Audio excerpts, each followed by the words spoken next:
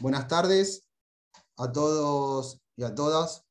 Bienvenidos a una nueva actividad organizada por la Secretaría de Extensión, por la Facultad de Derecho. En este caso en particular es el inicio, vamos a dar inicio al ciclo de charlas que se desarrollan en el marco del Instituto de Derecho de Familia de esta Casa de Altos Estudios. Quien preside ese instituto es la doctora Alicia Taliercio, quien es directora del Instituto de Derecho de Familia de la Facultad, es ex jueza de familia número 12 del Departamento Judicial de Lomas de Zamora, y también nos acompañan en esta apertura que denominamos Violencia, Actualidad y Nuevos Desafíos, el doctor Jorge Mario Caruso, que es abogado, especialista en Derecho de Familia, doctor en Psicología Social y también es coordinador del grupo Control que lo realizamos en esta Casa de Altos Estudios. Una temática con mucha sensibilidad, que requiere de mucha experiencia práctica y teórica al momento de abordarla. Por eso destacamos a estos dos expositores que son amigos de la casa, para que desarrollen este tema y tener también el honorable placer de poder contar con esta apertura. Nos acompañan en esta primera charla el secretario de Extensión, Fabio Javier Arce, y la subsecretaria de Extensión, Ariadna Rapoport, quienes van a estar en el transcurso de esta actividad. Les comento brevemente que la estructura de esta actividad es como la veníamos realizando también los años anteriores, con esta modalidad virtual que se ha desarrollado por intermedio o producto de la pandemia. Va a disertar primero la doctora Alicia Taliercio, luego va a disertar el doctor Jorge Mario Caruso, donde una vez finalizada la última exposición van a poder hacer consultas a través del chat para que se la podamos leer y los expositores puedan responderlas. También van a encontrar en el chat un link donde van a poder acceder, completar sus datos y a través de ese formulario solicitar el certificado de asistencia. Sin mayores preámbulos, y todos estamos aquí muy atentos y con muchas ganas en esta apertura de escuchar a los dos expositores. En este caso en particular, quien va a dar inicio es la doctora Alicia Taliercio. Alicia, te cedo la palabra. Muchísimas gracias, mi muy querido Ezequiel. Qué placer estar otra vez con todos ustedes, me llena el corazón. Les agradezco infinitamente, especialmente a la Facultad de Derecho que nos abre año tras año las puertas. Empezamos tímidamente allá por marzo del 2020, cuando todos estábamos encerraditos en casas y dijimos, bueno, vamos a ver qué es lo que ocurre. Señores, estamos iniciando el tercer año consecutivo, lunes a lunes con ustedes. Es hermoso, realmente es hermoso y me enorgullece. Y no tengo más que palabras de agradecimiento, especialmente al doctor Fabio Arce, que tengo el gusto de verlo hoy acá, Ariadna Rapoport y Ezequiel del Valle, que están siempre presentes ayudando en cada paso que estamos dando en esta nueva etapa. Estoy muy feliz de comenzar, muy feliz. Y hoy, conversando un poco con el doctor Caruso, dijimos, bueno, arrancamos hace 3 años atrás con violencia. ¿Qué pasó en estos 3 años? ¿Qué ha ocurrido en todo este lapso de tiempo? ¿Mejoramos? ¿Empeoramos? ¿Estamos iguales? Miren, lamentablemente los femicidios van y vienen. Ahí están, en esta balanza permanente, lamentable, porque siempre existen, y existen más de los que a veces uno toma conciencia, y después les voy a contar por qué me llegan otros casos y otras situaciones especiales. En cuanto al tema de qué pasa con la mujer en la violencia, a mí me interesa desde 2 ángulos. La mujer y los niños, como esas víctimas directas o indirectas de todas estas situaciones. ¿Cómo tenemos que tratar para que esto mejore? Lo hemos dicho hasta el cansancio, señores, educando. No hay otra forma. Es la educación en todos los ángulos, en los 3 pilares fundamentales: educación, salud y todo lo que es fuerzas de seguridad. en dar charlas en forma permanente, en formar formadores para que sigan cada uno dentro de sus rubros, sigan dando charlas, para que la gente conozca cuáles son sus derechos frente a las situaciones de violencia. Esto es lo fundamental. Si la gente no sabe cuáles son sus derechos, yo les aseguro que todavía no hay conciencia verdadera al respecto, entonces no podemos ayudarlos, porque no hacen las denuncias, porque no se presentan, y también porque los efectores, aquellos que tienen que actuar como corresponde, no lo hacen en la forma adecuada. En cuanto, yo voy a comentar muy brevemente dos fallos que me han llegado profundamente. Uno lo saqué en forma personal en mi juzgado,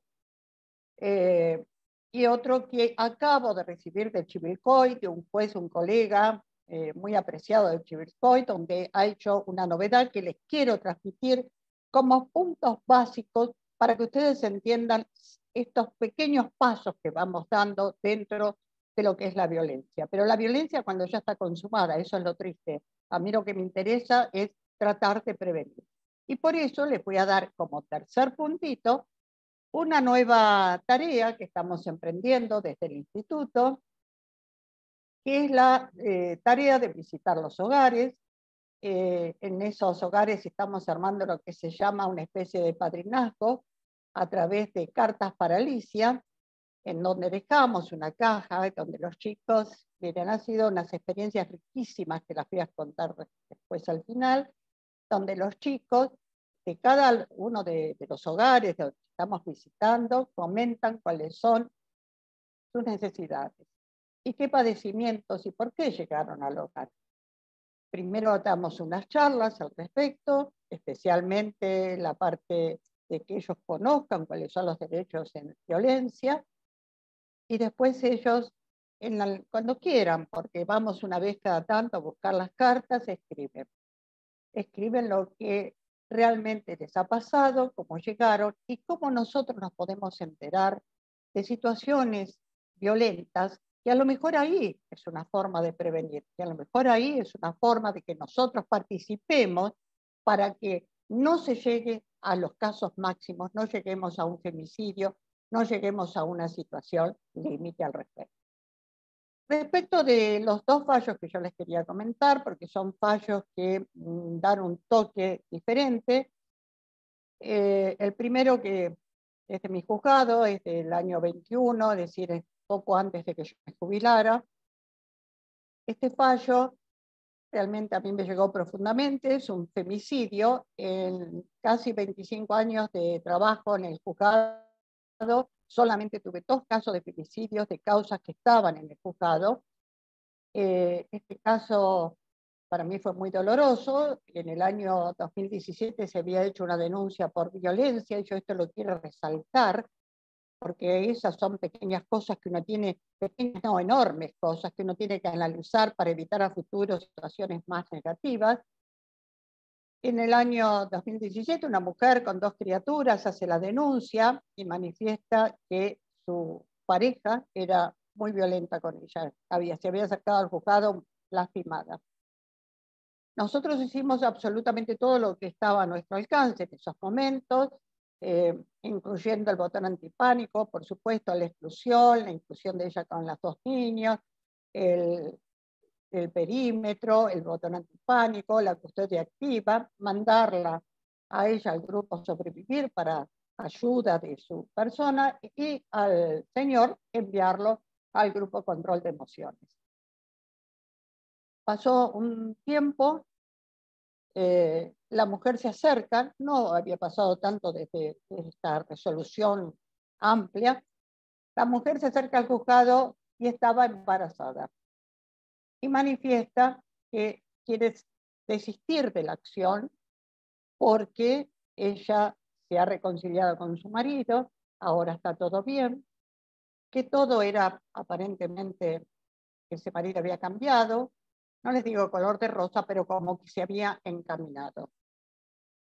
Primera falla de nuestro juzgado, creer en esta situación. Y esto tenemos que hacerlo mea culpa, porque esta situación nunca tenemos que dejarlo así nada más.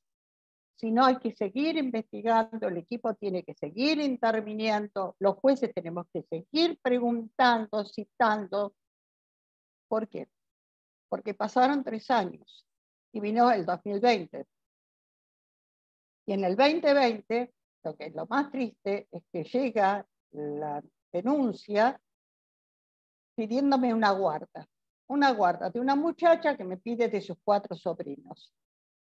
Porque en el relato que ahí me dan en esos momentos, tristemente, nos encontramos con que este señor un día había llegado a su casa alcoholizado, prende fuego a la señora adelante de, en ese momento tenían 4 chicos, había tenido uno atrás del otro, muy chiquitos, y les prendió fuego a la mujer y a los chicos que se ponen a gritar, los encierran en una habitación.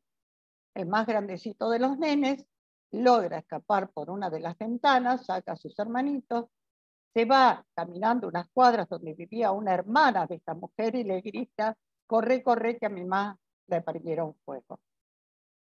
La mujer deja con unos vecinos estos niños, le dice que avisen a la ambulancia, policía, bomberos, y ella corre hasta el lugar. Y se encuentra con este señor sentado, mirando a la mujer en el piso, que todavía estaba con fuego.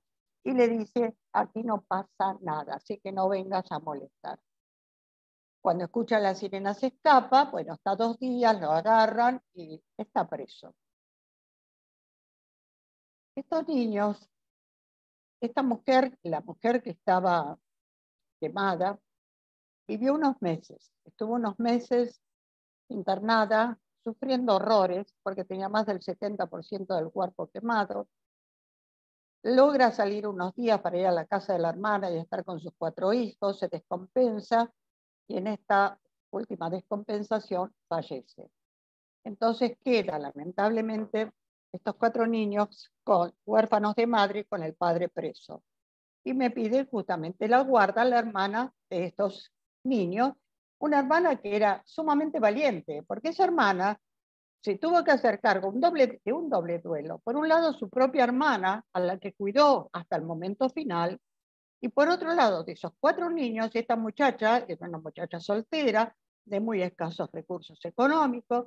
Sin embargo, se hace cargo de estos 4 niños con todo su amor para sacarlos al frente. De estos chiquitos teníamos uno que era hipoacúsico, o sea que ella empieza a mandarlos a psicóloga, a escuelas especiales, a este chiquito a una escuela especial, tratando de armar la vida un poquito de estas 4 criaturas. Y así lo está haciendo poco a poco.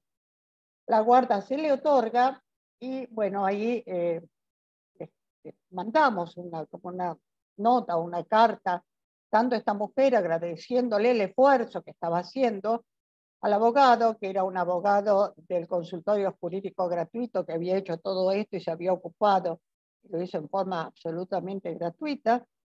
Y también la carta en especial fue para los 4 niños, para que ellos sepan que puede haber una vida mejor, que no vivan en la oscuridad de eso que les tocó vivir y que pueden salir y tener una vida mejor.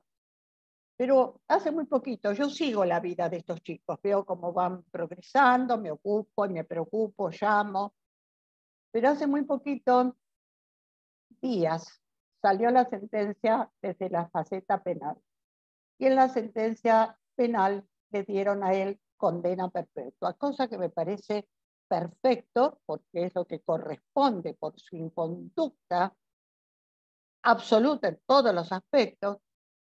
Pero ¿saben qué me dolió?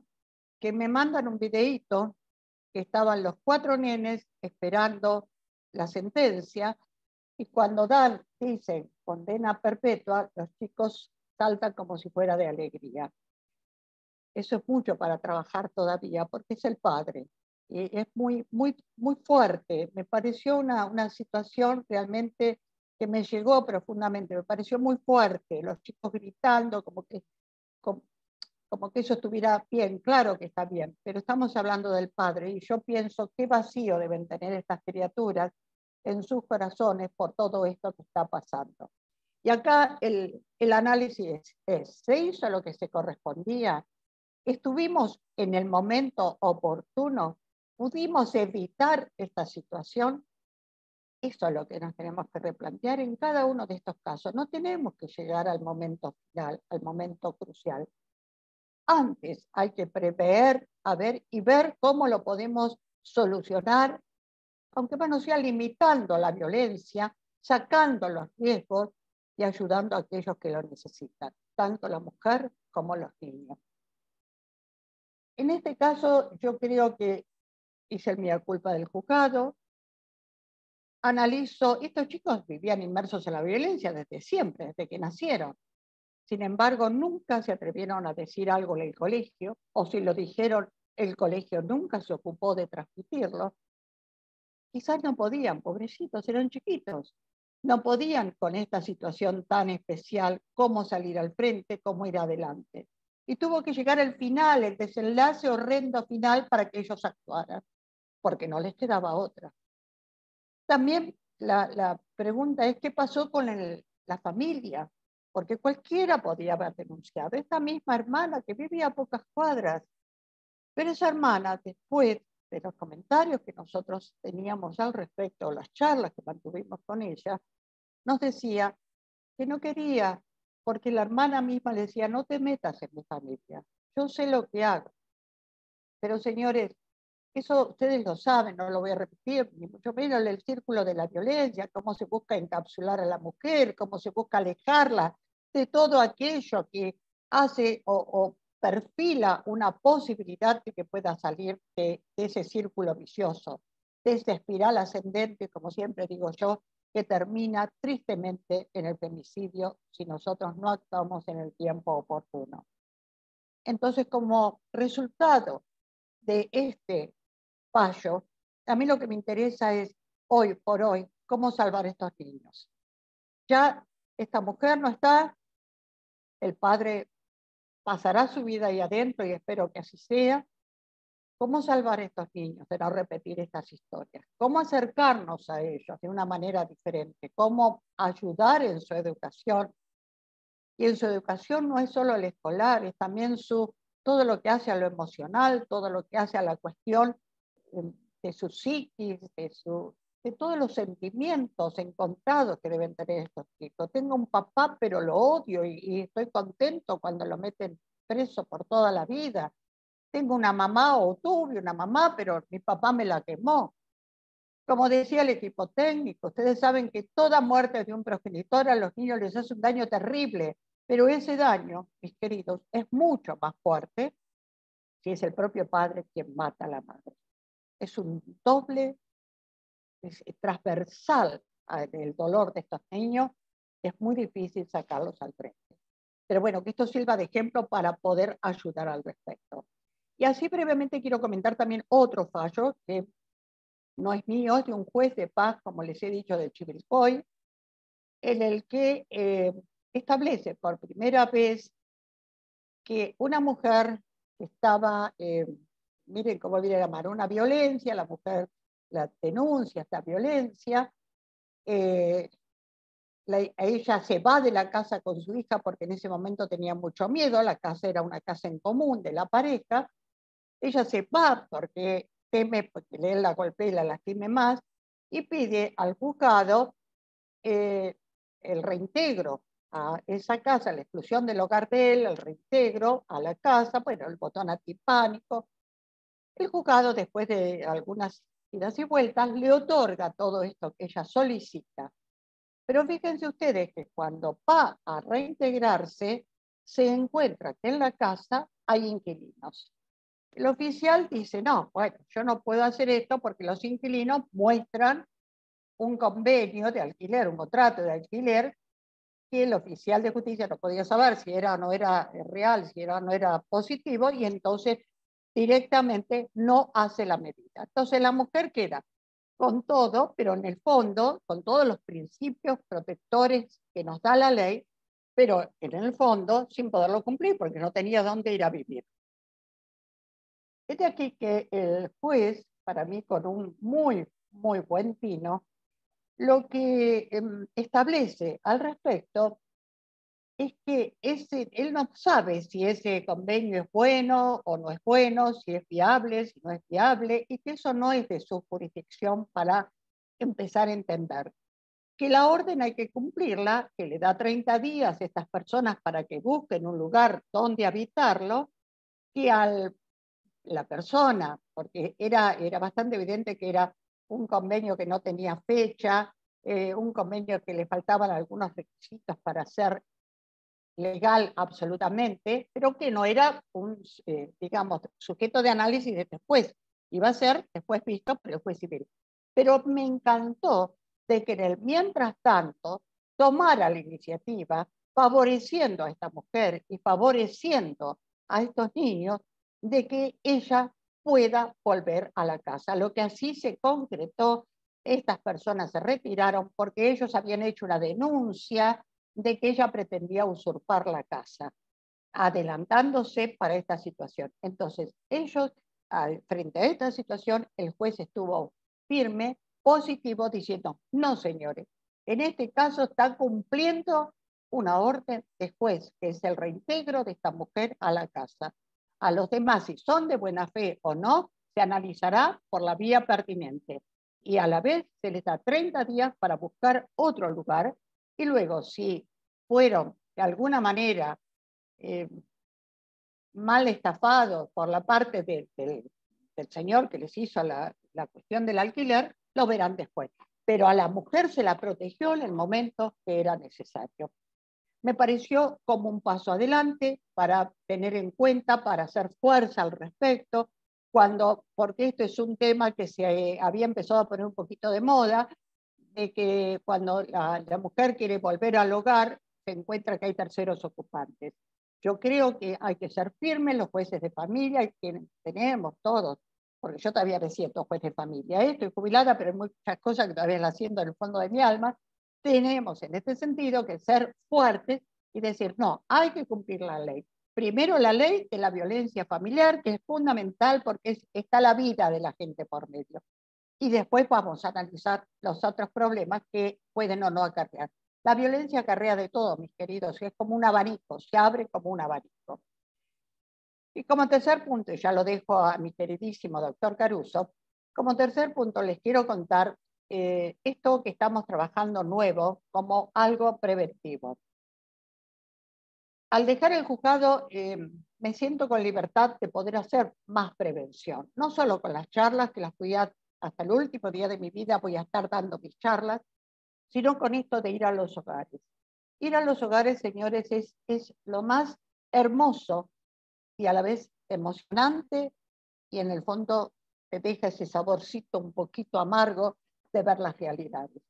Yo nunca fui un juez que estuve detrás del escritorio. A mí me gusta ir a los lugares, siempre he visitado los hogares, pero ahora lo hago, me he quedado en los hogares que estoy visitando, me quedo casi toda una mañana y puedo conversar con los chicos, puedo explicarles lo que es la violencia según las edades para que ellos aprendan todo lo que pueden hacer al respecto. Esto se tiene que manejar mucho, mis queridos, en los que llamamos hogares de día, donde están de las 8 de la mañana a las 5 de la tarde. En estos hogares de días es importantísimo porque ellos vuelven a su casa y ahí es donde encontré las cartas más fuertes. Ellos vuelven a casas, comúnmente de gente muy carenciada, en donde lamentablemente la violencia está a la orden del día. Está a la orden del día y ellos se atreven ahí a escribirlo. Se atrevieron en esos momentos a ponerlo por escrito y que nosotros lo leímos aparte, nunca en público, por supuesto, ¿no? Esto se lee en privado y cada uno de estos niños, según los caracteres y según, digamos, los sesgos de la violencia que padece, estamos proponiendo o se están proponiendo directamente gente del grupo como padrinos. Es hermoso. Mire, el padrinazgo es algo realmente muy bonito y les explico a dónde se apunta.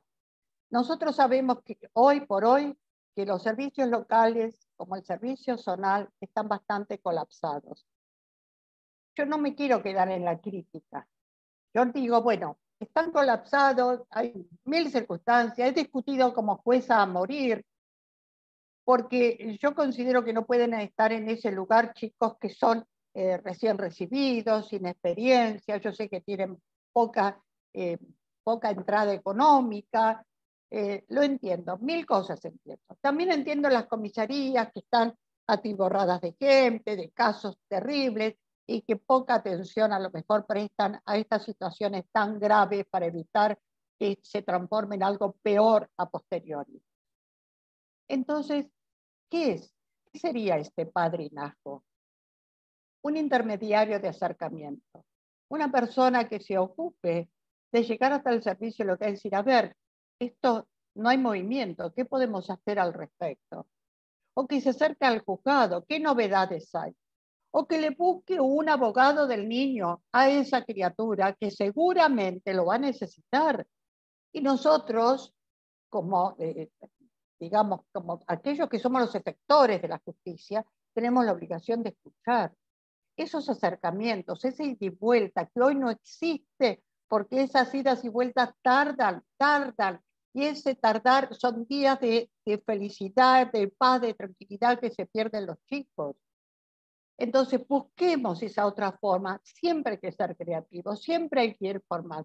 Mire, cuando estábamos en la Facultad de Derecho, yo tenía la cátedra, siempre decíamos, y ahí me apoyaba tanto el doctor Caruso como todo el equipo de la facultad, vamos adelante, empezamos con los talleres, de ahí salió el grupo Sobreviviente, de ahí salió también el grupo Control de Emociones y el grupo Por Ellos para los chiquitos víctimas de violencia. Bueno, señores, vamos por más.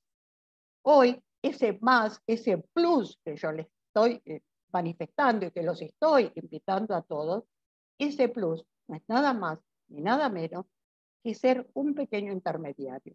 Que una vez cada 15 días te dediques un ratito a decir, ¿qué le pasa a este niño? ¿Cómo puedo ayudarlo? Las cartas, según lo que nosotros tenemos, nos reflejan terriblemente realidades que uno no se puede imaginar. Y nosotros podemos ayudar.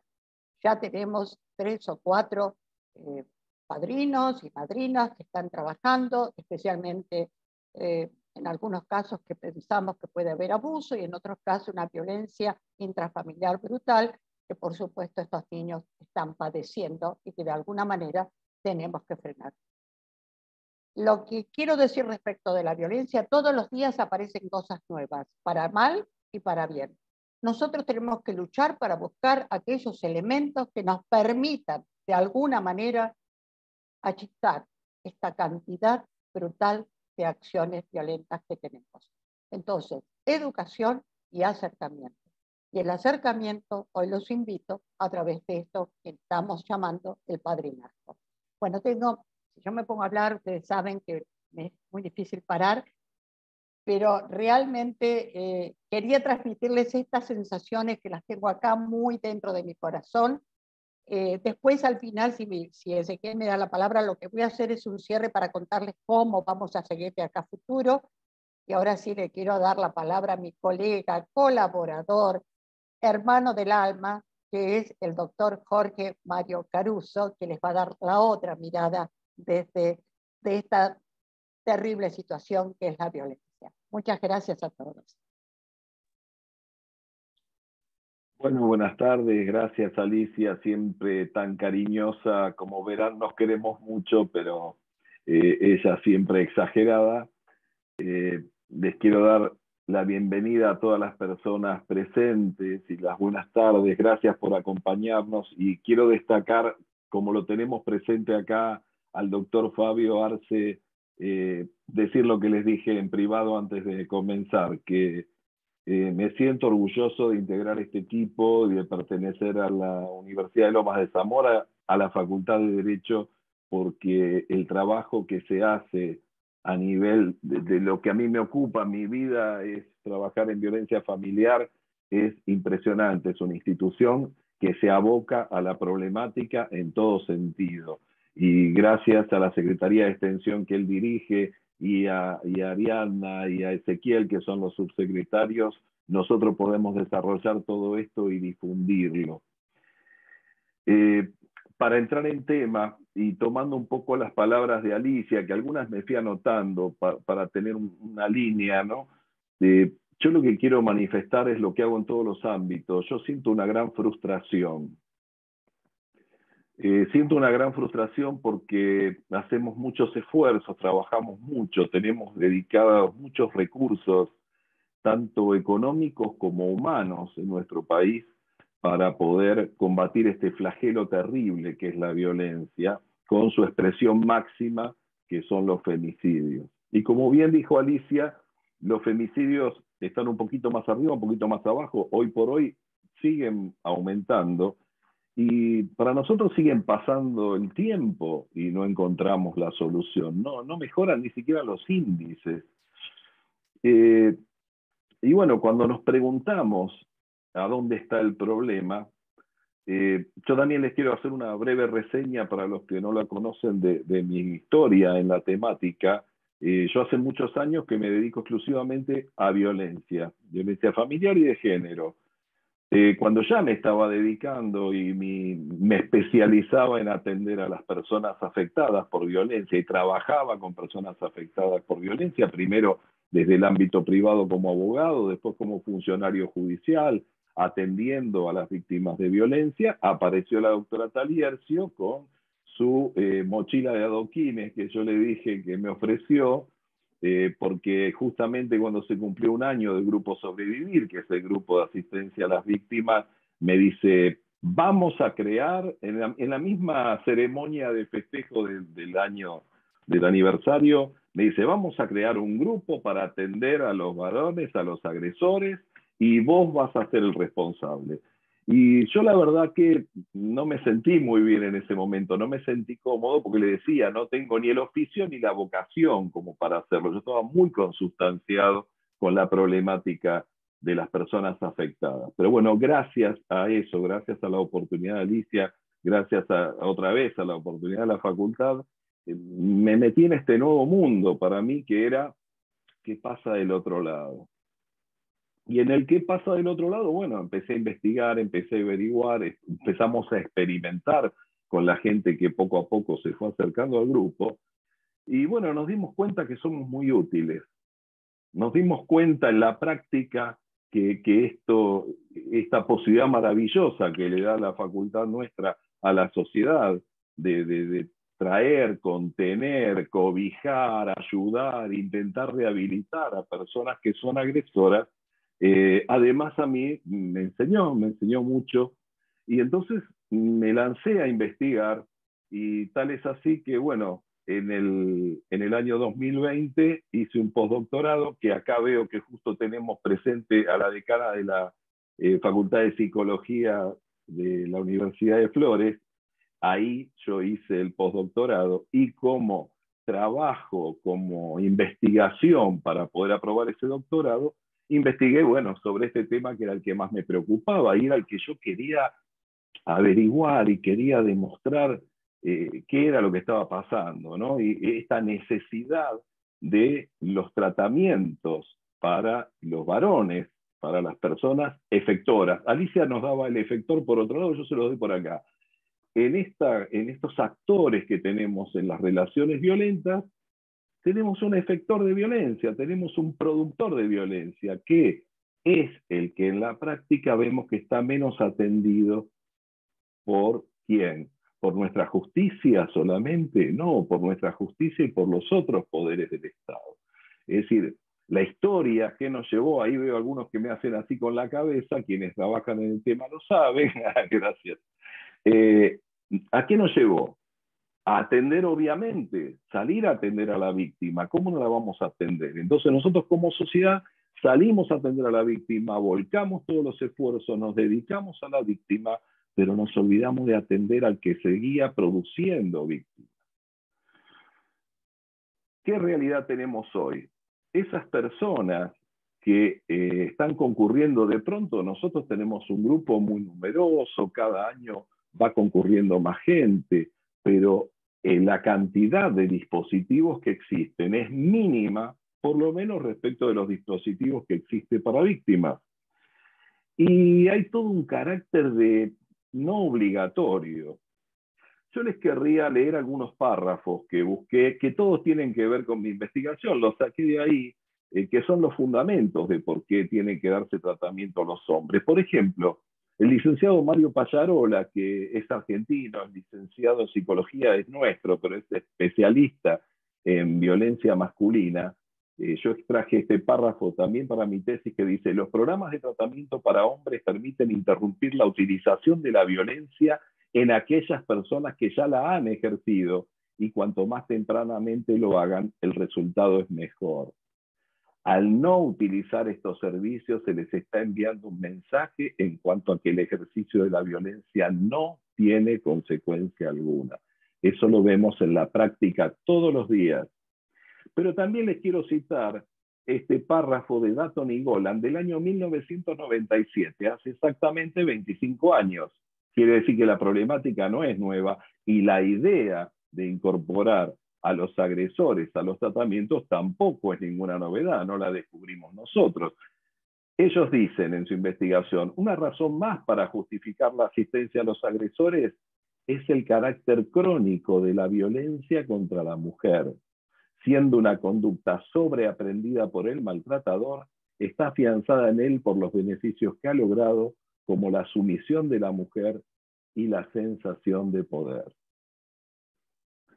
Cuando buscamos en nuestra legislación, la legislación que podríamos llamar madre en violencia de género, es la ley 26485, la llamada de protección integral de las mujeres, del año 2009. A eso también me voy a referir. En el artículo 7 dice: los tres poderes del Estado deberán promover la sanción y reeducación de quienes ejercen violencia. En el 9 menciona: el Consejo Nacional de la Mujer, que existía en ese momento, celebra, dentro de sus funciones, tiene celebrar convenios para control y ejecución de medidas de rehabilitación de los hombres que la ejercen. Y en el artículo 10 habla de que se deben crear programas de reeducación destinados a los hombres que ejercen violencia. Esta legislación la tenemos del año 2009. Se aplicó, todo el mundo está atento, todo el mundo está dispuesto a aplicarla, y yo les diría que no. En la realidad, en la práctica, vemos que las personas agresoras en general no pasan por los juzgados. En general, por ejemplo, los que concurren al grupo, si bien son derivados por los juzgados, hubo un juez o una jueza que le dijo que puede concurrir, que debería, que sería mejor que concurriera, y ellos aparecen como víctimas. Entonces, cuando nosotros tomamos el primer contacto con ellos en el grupo, vemos que estamos atendiendo a víctimas, no víctimas de la violencia, pero sí se consideran víctimas del sistema, víctimas de la justicia, víctimas de la persona que los denunció, víctimas de la jueza en particular que los denunció, a veces víctimas de sus propios abogados. Es decir, ¿por qué? Porque lo primero que se les mostró es un papel, le llaman, ¿no?, al oficio, donde se le comunica, por ejemplo, que debe ser excluido de su hogar, que se debe retirar. ¿De dónde? De esa casa que quizás levantó con sus propias manos, que tuvo 25 años construyendo, dejar ese sillón donde él ve televisión, donde siente que tiene el poder. Todo lo que logró a través de su vida está volcado en esa casa, en sus posesiones, en sus bienes, entre los que tiene paradójicamente a su familia, específicamente a su esposa o a su pareja. Entonces, ¿qué pasa? Vino un papel, un policía con un papel, y le dijo: usted se tiene que ir de acá. Nadie le explicó nada. Entonces, ¿qué pasa? Realmente no comprende el motivo por el cual lo sacan, porque él estaba habituado a las situaciones que llevaba adelante. Estoy hablando en general, pero la mayoría de los casos son así. Entonces, reciben una notificación de una medida que es injusta, pero que además no se le explicó. No se lo está llevando frente a un juez, no se lo está llevando frente a una secretaria de un juzgado para que le diga: mire, a usted hay una denuncia que dice esto, esto, esto y esto. Y por esas razones tuvimos que resolver preventivamente, provisoriamente, transitoriamente, retirarlo de su hogar por 90 días. él está en la ignorancia absoluta. Entonces, como no comprende el motivo por el que está, cuando se nos presenta, y la primera pregunta que hacemos es, bueno, ¿cuáles son las razones por las cuales usted viene a este grupo? ¿Por qué fue derivado acá? No, porque esta loca me denunció. Perdónenme, pero uso algunos términos que escucho a diario. Es una denuncia falsa, pero bueno, hubo situaciones, pasó algo. No pasó nada, es todo mentira. Y los jueces le hacen caso a las mujeres ahora. Ahora hacen todo lo que dicen las mujeres. Esta es esta realidad que ellos manifiestan permanentemente, como que a las mujeres se les cree y a ellos no se los escuchó. Y saben que hay dos partes, que a las mujeres se les cree, es verdad. La ley nos pide que a las mujeres se les crea, además de que las mujeres son creíbles. En la experiencia de trabajar en el tema, casi todas las mujeres dicen la verdad y la mayoría de los hombres declaran esquivando la verdad. Pero bueno, más allá de esto, la verdad es que sí, que a la mujer la ley nos impone que hay que creerle y hay que protegerla. Pero también es verdad que a él nadie le explicó nada. Entonces, ¿qué pasaría si nosotros pudiéramos tener un sistema diferente? Un sistema que no siempre pueden modificar desde la justicia, tendría que estar, yo digo que tanto se recarga la responsabilidad en el Poder Judicial y la responsabilidad en realidad la tienen también el Poder Legislativo, que no nos da leyes más modernas, que no las ayorna, no las mejora, no las pone respecto de la actualidad, y también los poderes ejecutivos, tanto el nacional, los provinciales y los municipales, poner a disposición de la gente los dispositivos que se necesitan.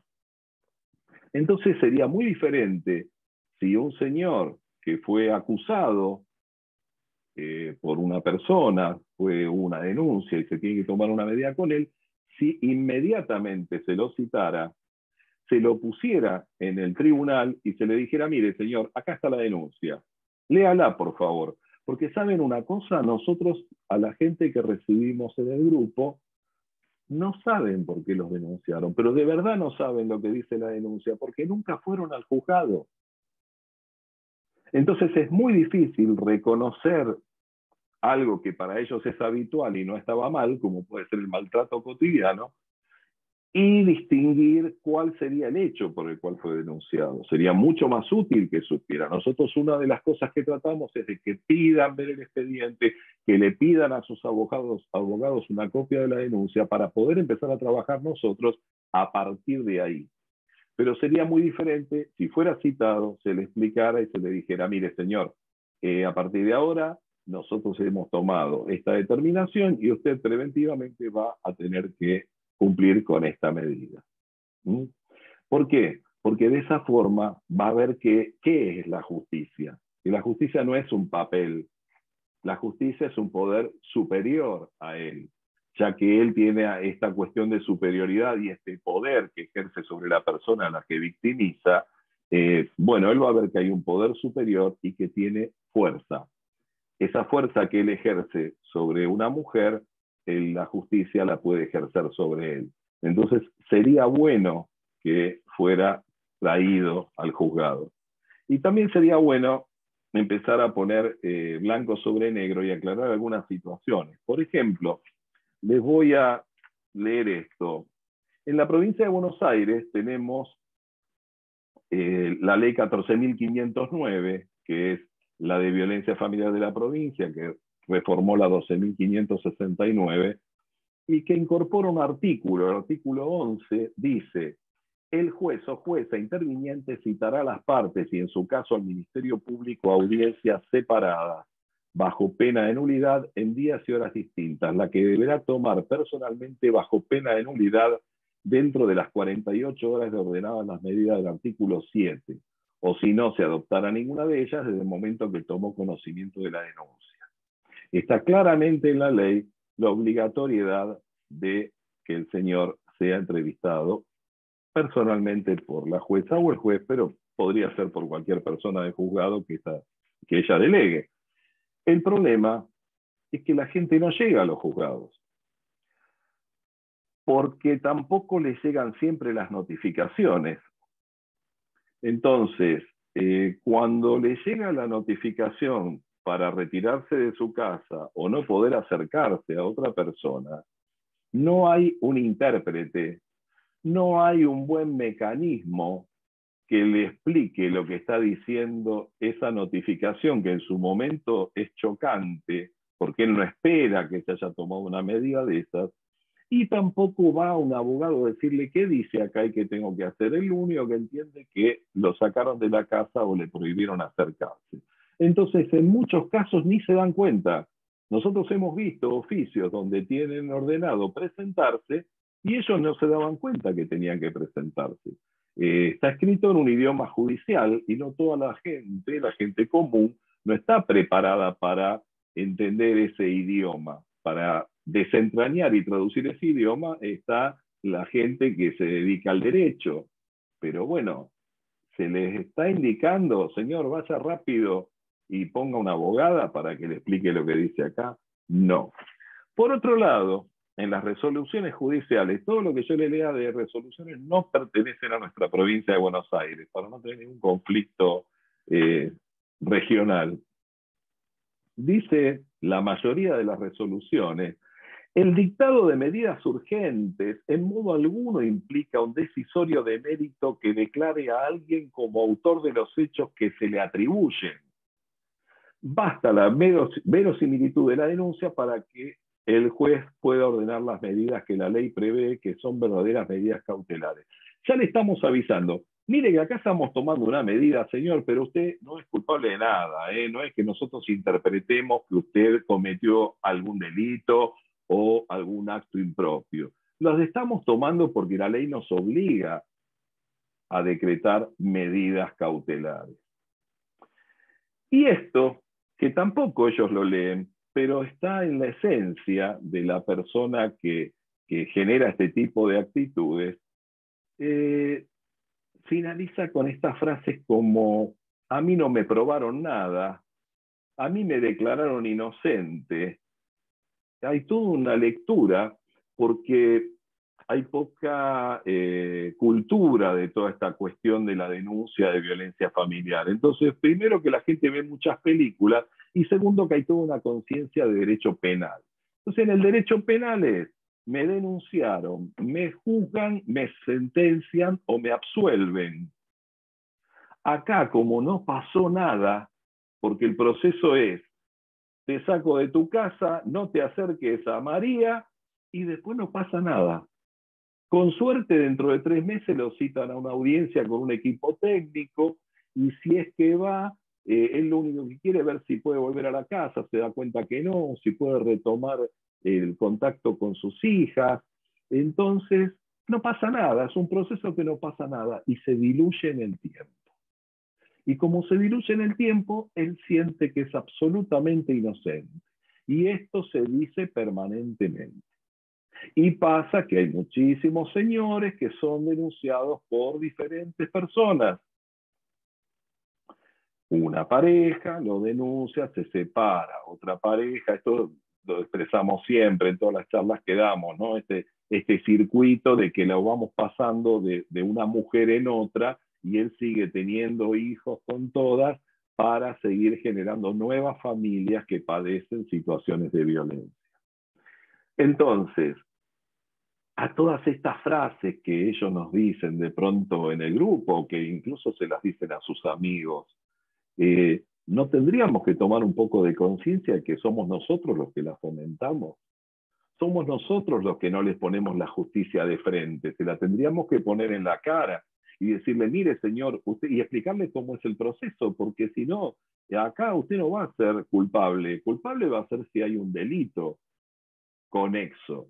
Ahí viene la otra parte: si hay un delito conexo, ¿cuánto tiempo tarda la justicia penal en hacerle sentir el proceso?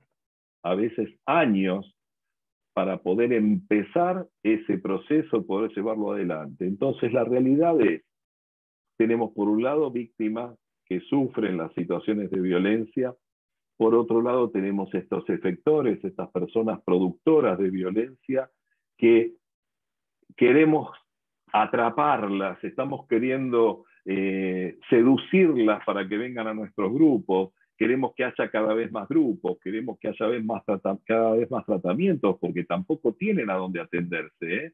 Cuando la doctora Taliercio le indicaba en una resolución que tiene que hacer un tratamiento terapéutico, y nosotros mismos en nuestro dispositivo les ponemos como condición para participar que tienen que tener una terapeuta individual, tienen que hacer su terapia psicológica para poder realmente trabajar en la problemática que tienen, y tienen que tener su letrada o letrado para que los represente y les explique cuál es su situación procesal o su situación ante la justicia, y les cuesta y es muy difícil conseguirlo porque no hay servicios suficientes y tampoco hay ningún tipo de prioridad que se haya dado a las personas agresoras, que es lo que yo pido permanentemente. Saquemos el centro, saquemos el foco de las personas afectadas y pasemos el foco a las personas agresoras. Con esto no estoy diciendo desprotejamos, no estoy diciendo no atendamos más. Digo, sigamos atendiendo, pero pongamos el foco en lo que tenemos que poner. Empezar a seguir los pasos de las personas agresoras. Y si hubiera que profundizar un poco más, yo pediría tener una ley diferente. Yo sé que Alicia no está muy de acuerdo conmigo, ya lo hablamos, pero yo querría un proceso que sea como un proceso ordinario, que empiece y que termine, porque para que el proceso termine, un proceso normal tendría una producción de pruebas y una sentencia. Y yo en esa sentencia quiero que el señor le diga al señor, usted es inocente, ¿eh? Usted no produjo ningún hecho de violencia, o lo contrario, para que él salga con una condena, con una multa, con algo que le haga sentir que realmente es una persona que ejerció violencia. Yo creo que hasta tanto no logremos todo eso, que es muy complejo, no vamos a poder mejorar la situación real de la violencia en nuestra sociedad, porque estamos desarticulados, estamos teniendo entidades por todos lados, estamos teniendo voluntarismo por todos lados, muchos profesionales, muchos recursos económicos, pero todos van en diferentes sentidos y en algunos casos nos chocamos. Así que yo como propuesta lo que voy a dar es que entre todos tratemos de ir llevando la realidad de la violencia, empecemos a mirar a quien tenemos que mirar primero. Es decir, ¿qué hacer con este repetidor de violencia? Con este señor que si lo único que hacemos es sacarlo de esta pareja, lo vamos a estar poniendo en otra. Retengámoslo, agarrémoslo. Nosotros si los tenemos que abrazar, los abrazamos, porque no los odiamos y se lo demostramos, que no son víctimas, pero tampoco son personas odiadas por nosotros.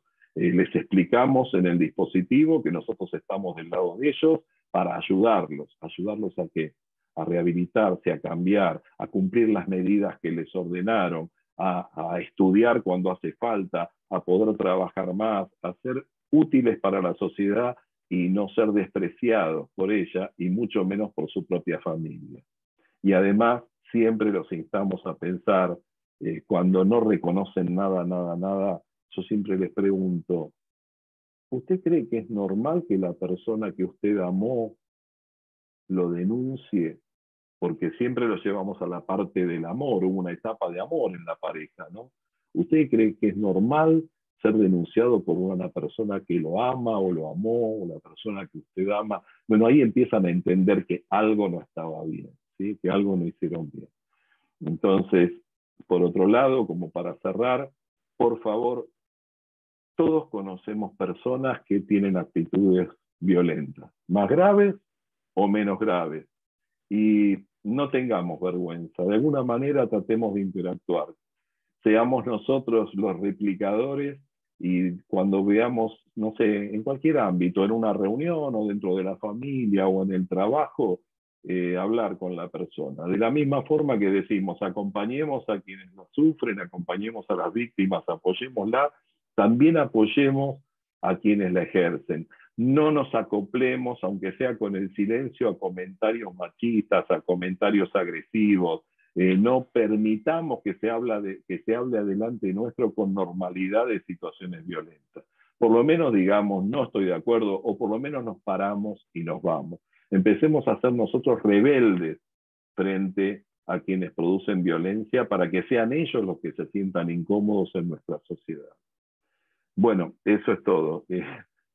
Gracias por escuchar y estamos abiertos a las preguntas. Muchísimas gracias, Jorge. Muchas gracias, Ali. Sí, Ali, habilitate el micrófono. Tenemos preguntas para ambos, así que ahora se las paso a leer. Pero Ali, ¿no se querías agregar algo? Quería agregar porque está relacionado con todo lo que dice Jorge. Yo lo que les quiero decir que muchas veces al juzgado siempre tienen que ser citadas las personas para que se presente. El hombre en las 48 horas tiene que estar en el juzgado. Y cuando aparece en el juzgado, la obligación es del juez o la jueza de atenderlo, porque qué mejor para explicarle la situación en la cual se encuentra, qué mejor para decirle cuáles son sus derechos, qué mejor para decirle también qué pasó, señor, por qué no empezamos a mirar esto, y también para mandarlos al grupo, como hemos hecho muchísimas veces. El problema acá es que la ley, si bien dice bajo pena de nulidad, ¿cómo lo obligás a esta persona para que venga? Nosotros utilizábamos mucho el sistema más simple, el telefónico. ¿Le vas a mandar el oficio policial? Sí, se lo vas a mandar, claro que sí. Pero a la vez, una trabajadora social, telefónicamente, o si fuera necesario hasta presencialmente, tenés que hacerlo venir. Yo creo que nosotros ahorraríamos un montón de situaciones si esta persona, en todas las situaciones de violencia, dentro de las 48 horas, se acerca al juzgado y es atendido por la jueza. Ahí va a haber un intercambio donde si él se quiere defender, y ahí uno mismo se da cuenta, si puede la denuncia en algunas escasísimas circunstancias puede llegar a ser falsa, pero ahí es el momento que te das cuenta. Entonces es importantísimo reforzar este punto, que es el de que dentro de las 48 horas el agresor tiene que estar en el juzgado y el juez tiene la obligación, bajo pena de nulidad, de escucharlo y actuar en consecuencia. En muchas de esas actuaciones, el señor se ha ido voluntariamente, entendió la situación, comprendió cómo venía las circunstancias y prefirió irse voluntariamente. O prefirió decir, voy a hacer un tratamiento, el tratamiento de grupo o tratamiento individual. Esto es quizás de más trabajo en el juzgado, pero los resultados yo considero que son muy buenos. Bueno, quería agregar esto nada más porque la ley lo dice y hay que simplemente cumplir lo que la ley dice al respecto. Apoyemos la ley. Gracias, Ali. Gracias, Jorge, nuevamente. Espléndidos ambos. Paso a leerles algunas preguntas que han surgido a lo largo de la disertación de ustedes.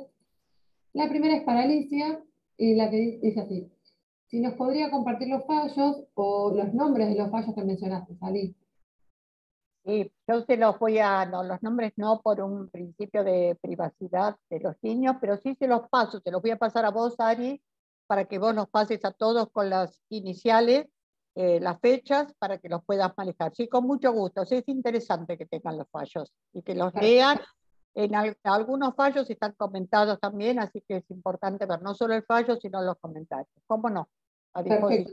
Las personas que deseen los fallos, escríbanos a partir de mañana o el miércoles, solicitándolos que se lo vamos a enviar. Como todavía no lo queremos, por favor no nos escriban hoy, porque si no nos van a quedar en la casilla y podemos pasar que se les olvide o quede ahí.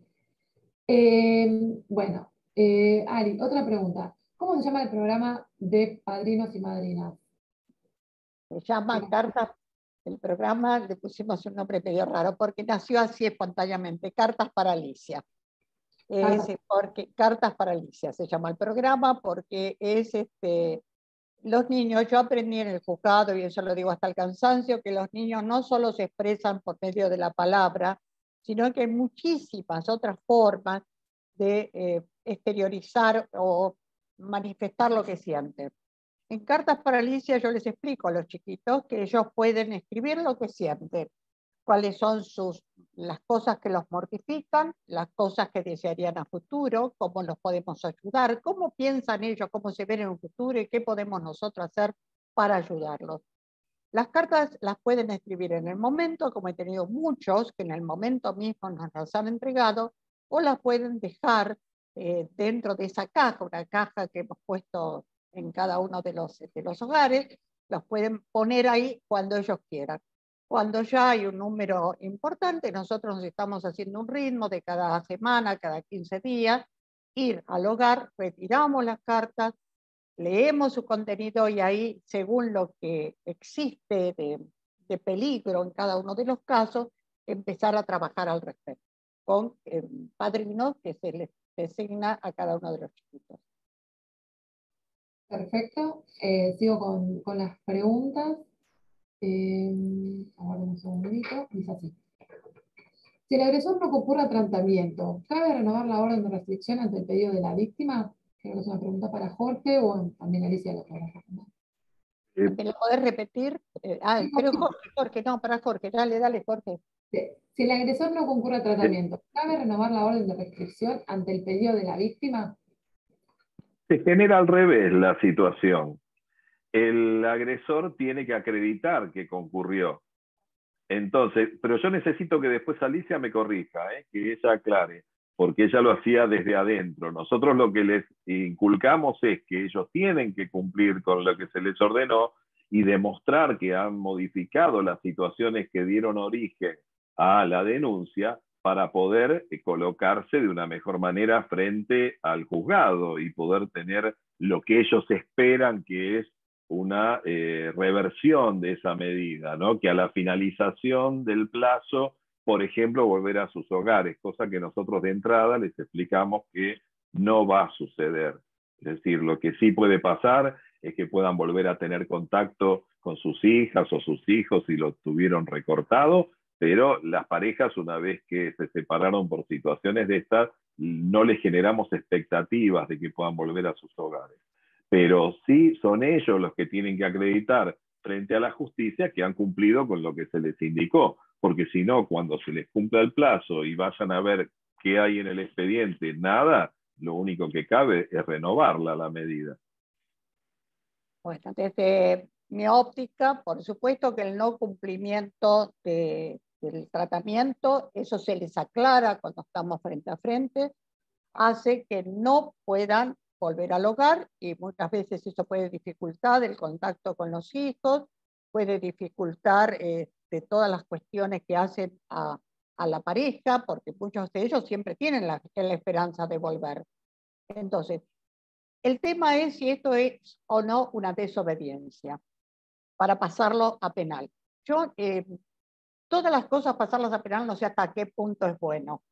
La próxima charla va a ser justamente desde el punto de vista penal, ahora después lo voy a anunciar.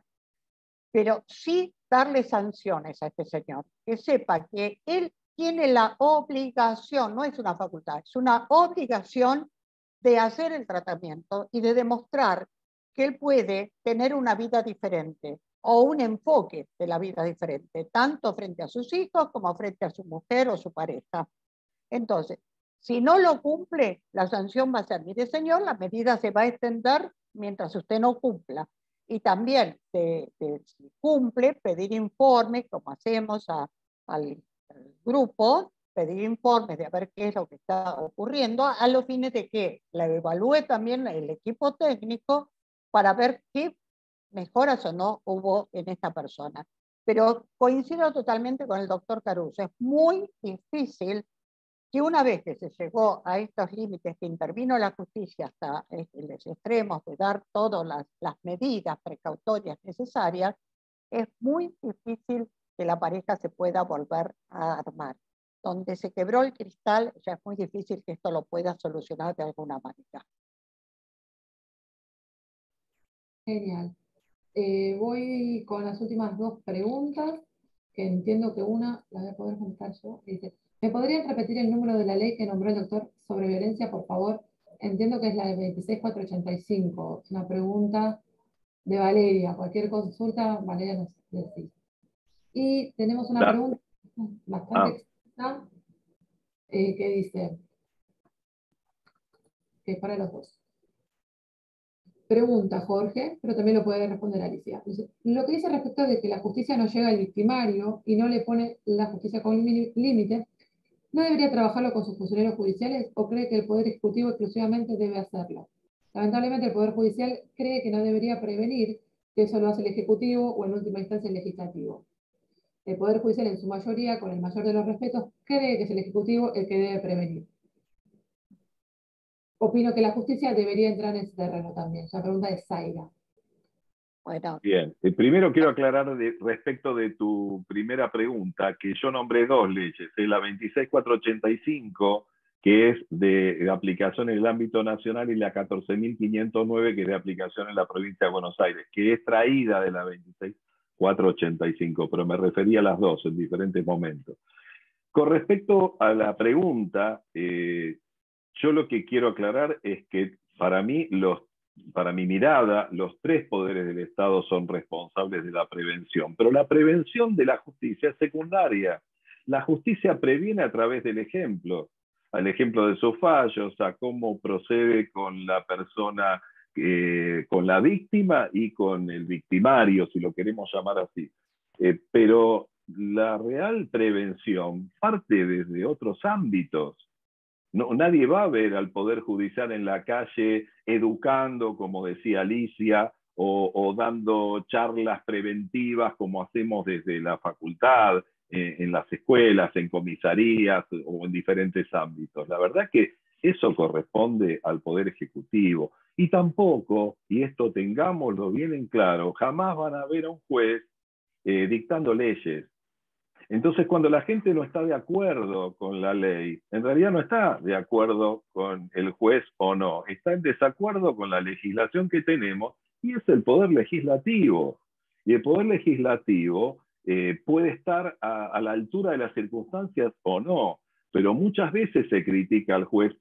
Y Alicia me hizo acordar cuando mencionó esto de que en el caso de femicidio mencionado había habido una denuncia previa. Y yo tengo por ahí escrito un artículo donde hice toda una recopilación de casos que se publicaron en los diarios de todo el país con femicidios que tenían denuncias previas, pero han tenido hasta 9 denuncias previas. Lo que pasa es que también hay que saber que muchas veces esas denuncias las personas las hicieron y no las continuaron. Es bastante común que se hace la denuncia y queda en la comisaría y nunca llega a tomar estado judicial. Entonces, la situación es muy compleja, pero yo lo que siempre destaco, no digo que la justicia no tiene responsabilidad, pero sí destaco que no hay que achacarle todo a la justicia, porque a nivel Estado la responsabilidad es de los tres poderes, ¿sí? totalmente de acuerdo. La responsabilidad siempre es de los tres poderes, cada uno tiene objetivos específicos que llevar adelante. La responsabilidad del Poder Judicial es que las leyes deben ser aplicadas. Yo lo que sufro dentro de esta tarea que la hago con muchísima vocación es que veo que se aplican algunos artículos y otros no los olvidamos. No, señores. Nosotros, si tenemos una ley, tenemos que aplicarla como jueces en su totalidad, nos guste o no nos guste. Entonces, es más cómodo a veces dejar algún artículo de lado. Es más fácil a lo mejor irme al central y no ver los otros, quizás, pero tenemos la responsabilidad de una aplicación adecuada de la ley al caso concreto. Y esto es lo que muchas veces se ven algunas falencias, pero en cuanto a cómo llevar adelante la prevención, poco se puede hacer desde el judicial. Yo digo que es a través de todo lo que uno puede aplicar concretamente, y que esto, sí, yo lo pude hacer porque no lo puede hacer el otro juzgado. Nada más que eso. Tengo una pregunta para Alicia y una para Jorge, y ya cerramos. La primera es para Alicia, que dice, ¿qué otras medidas se podrían haber tomado en el primer caso explicado por la doctora Taliercio y evitar el femicidio? La medida que yo, de ahí, porque uno queda marcado, se va haciendo a futuro, es que cuando una mujer te dice que se arregló, que todo va bien, que todo está mal, no la dejes solamente con eso. Es llamar a una trabajadora social en el teléfono, preguntarle, no sé, al mes, a los 2 meses, ¿seguís bien? ¿Estás bien?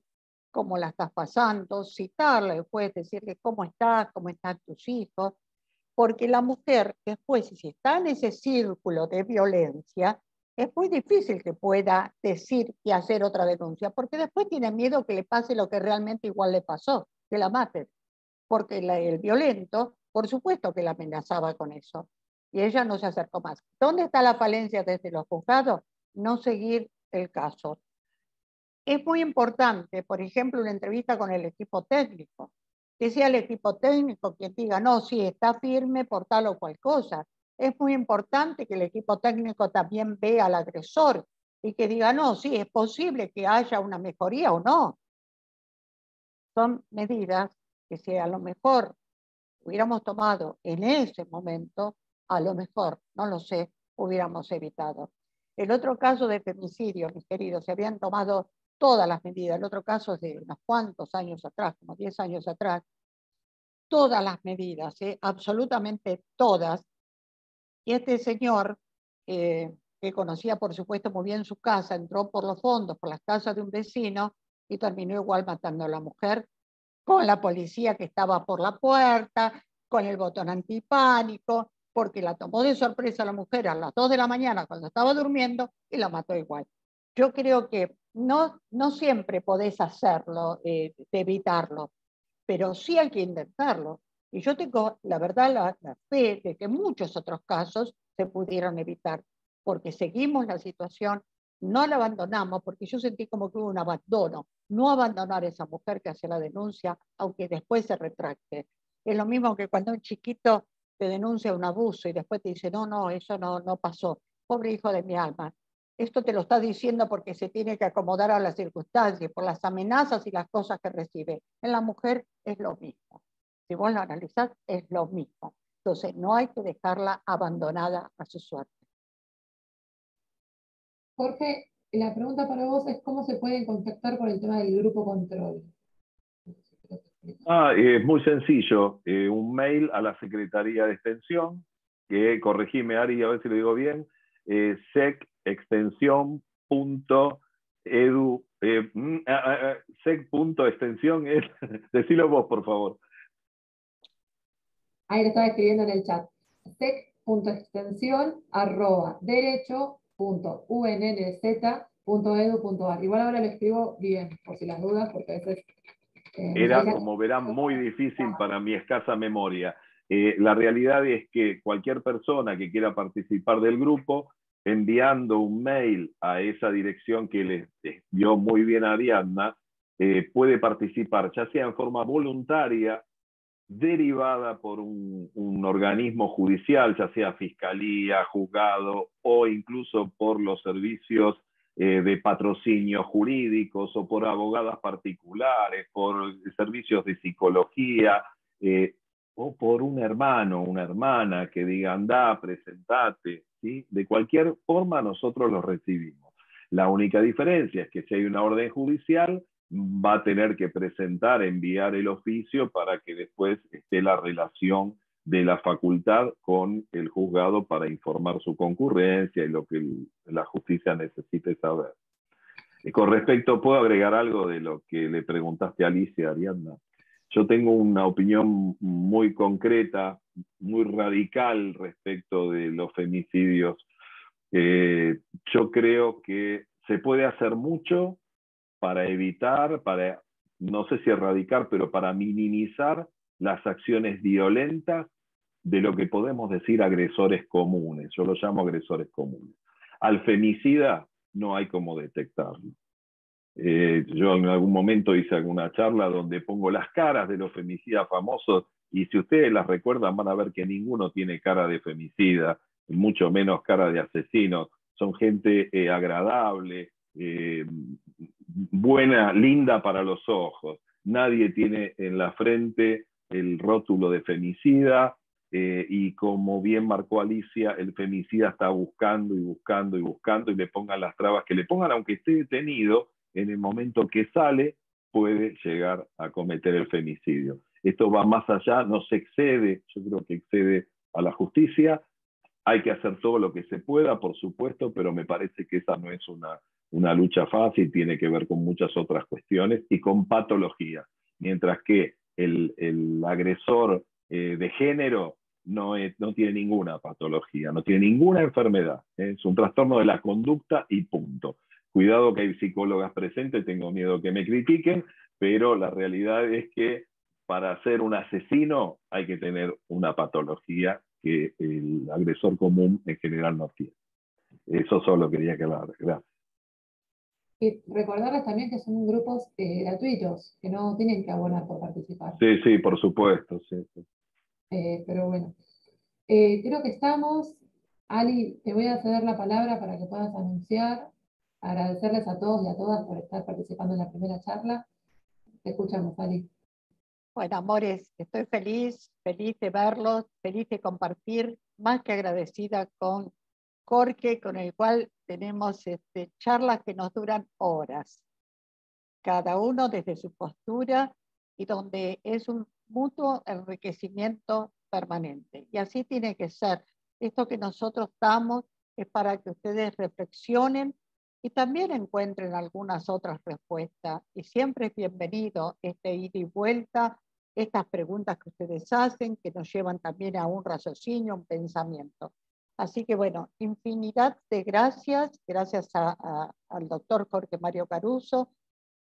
Y lo que los quiero invitar, que ya para el próximo lunes, va a ser también a las 16 horas, que para cerrar esto que estamos hablando ahora de violencia, hubo un fallo muy reciente en el cual desde lo penal se absolvió una mujer que mató a su marido, la que era víctima de violencia en forma permanente. Es muy interesante el fallo y he tenido una hermosa charla con el juez que la llevó adelante este fallo, que es el doctor Roberto Conti, que es un excelente juez dentro de nuestra jurisdicción, aparte de ser docente universitario, y que nos va a hablar de ese fallo que es suyo y de otros fallos relacionados con la violencia. Justamente la temática es perspectiva de género, la mirada desde el derecho penal. Los invito de todo corazón a que participen. Después hemos estado conversando todo el equipo y consideramos que el próximo lunes va a ser a las 16 horas. Pero a partir del que sigue los vamos a pasar a las 18 horas, porque, mis queridos, nosotros hemos analizado de que ahora que se volvió a la presencialidad, me parece que las 16 horas les estamos cortando la tarde. Atento a ello, no el próximo lunes, reitero, que va a ser a las 16, porque ya hablamos con el doctor y ya quedamos en ese horario. A partir del lunes que sigue, van a seguir las charlas, ya tenemos todos los invitados por varios meses, van a seguir las charlas y van a ser a las 18 horas.